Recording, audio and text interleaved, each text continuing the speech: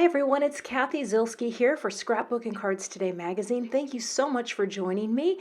I'm excited to share another installment of Clean and Simple with me, Cathy Z. Today we're just going to repeat a stamped image and do a little bit of Emboss Resist. So let's take a look at the products I'm using today. The stamps are from Close to My Heart, and this is just a really sweet set of sentiments and titles and elements that would work really well on a scrapbook page as well, but I thought this will be great for this card project. Love that sentiment, we rise by lifting others. I think we can use a little of that on any good day. So I've got some inks from Gina K that I'll be ink blending with, some Versamark, and a little bit of white powder and a block from Gina K. I've got some blender brushes here today that I'm also going to be using, and I wanted to show you, I've got this cute little caddy, and I've got tiny brushes that I'll be using for small spaces, but I also wanted to show you the clips on the handles, and I'll talk more about that in just a minute. All right, let's get started with stamping. Now I'm going to take my embossing magic and run it all over the surface of the cardstock just to remove any static and oil so that when I add my powder, the powder only sticks to where I am stamping. I've chosen one stamp from the set and mounted that on my acrylic block, and now I'm going to start inking it up with the Versamark and stamping. Now what I'm going to do here is I'm going to stamp one image first, and then I'm going to sprinkle my powder on.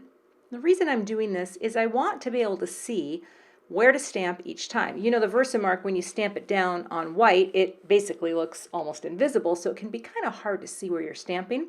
But if you add your powder in between, it shows you exactly where you have open space so that you can fill in until you have your card panel looking exactly how you want it to look. Next, I'll get my heat tool nice and hot and bring it to the paper, and then I'll work my way around to melt all of the powder until it is smooth and shiny. You can kind of see the reflection there in the light.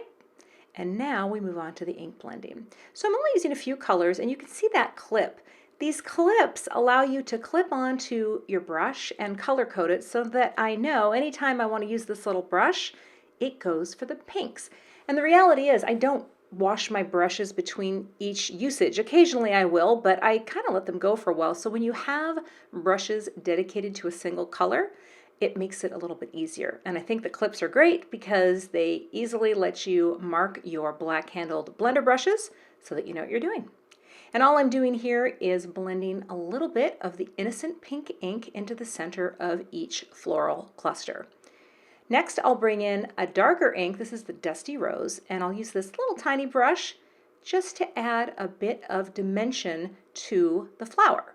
So just a little bit in the center, nothing fancy. The nice thing about Gina K inks is they really smooth out when they dry. And the last little touch is a tiny bit of Passionate Pink right in the center just for a little extra pop. Now for the green leaves and foliage. I'm just bringing a little bit of Jelly Bean Green, and this is my dedicated green brush, and I'll just blend it over the same way and then also kind of go over a little bit in the center in some of the open areas. And then I'll bring in a paper towel now just to wipe off any excess ink that might have pooled on top of the slick embossed surface. All right, that's looking good. I'm going to trim a panel from this just a little bit smaller using one of my favorite dies. This is the A2 Layers die from Waffle Flower Crafts. And now my panel is ready for my card. Next, I'm going to use my new Hero Arts and My Sweet Petunia Black Misty. This is pretty cool. I've been using a pink Misty for a while, but I have to admit, the black kind of got me swooning just a bit. So I will use my Misty to stamp my sentiment from the stamp set. I'm going to ink it up with Versamark, and I did hit the paper with some of that embossing magic. And this cardstock is the Innocent Pink from Gina K. I'll quickly clean off my stamp, sprinkle on my powder, add just another little touch there to make sure it gets good coating, and then I will heat set this as well until it is smooth and melted. Next, I'm going to take one of my favorite little dies from Lawn Fawn. This is a banner die set, and I will frame this out, put some purple tape on that. It's low tack, it will hold my die in place, and I will run this through my die cut machine to cut out my sentiment banner for the card project. Now I kind of know where I want it to be, so I'm just flipping this over and I'm going to mark it with a pencil just so that I know exactly where to trim. And I will bring that to my paper trimmer and just line that up with my guillotine trimmer here from Tim Holtz. Hold down the paper guards and cut. All right, now I have a nice little banner that's going to look great on this card. Now to prep the card base. This is going to be a top folding card, US A2 size, which is 4¼ inches wide by 5½ inches tall. I'm going to press that down, give it a nice seal, but I like to close up my cards with a little purple tape just to hold them because the cardstock is 110 pounds. It's very heavyweight and it tends to pop open. I've also got some thin foam squares from Scrapbook Adhesives, and I'm putting those on the back of the little banner. And then I've got some more foam tape that's a little bit thicker to pop up my blended and stamped panel. And once I place that down, it'll have a nice 1/4 inch of white space framing the entire piece.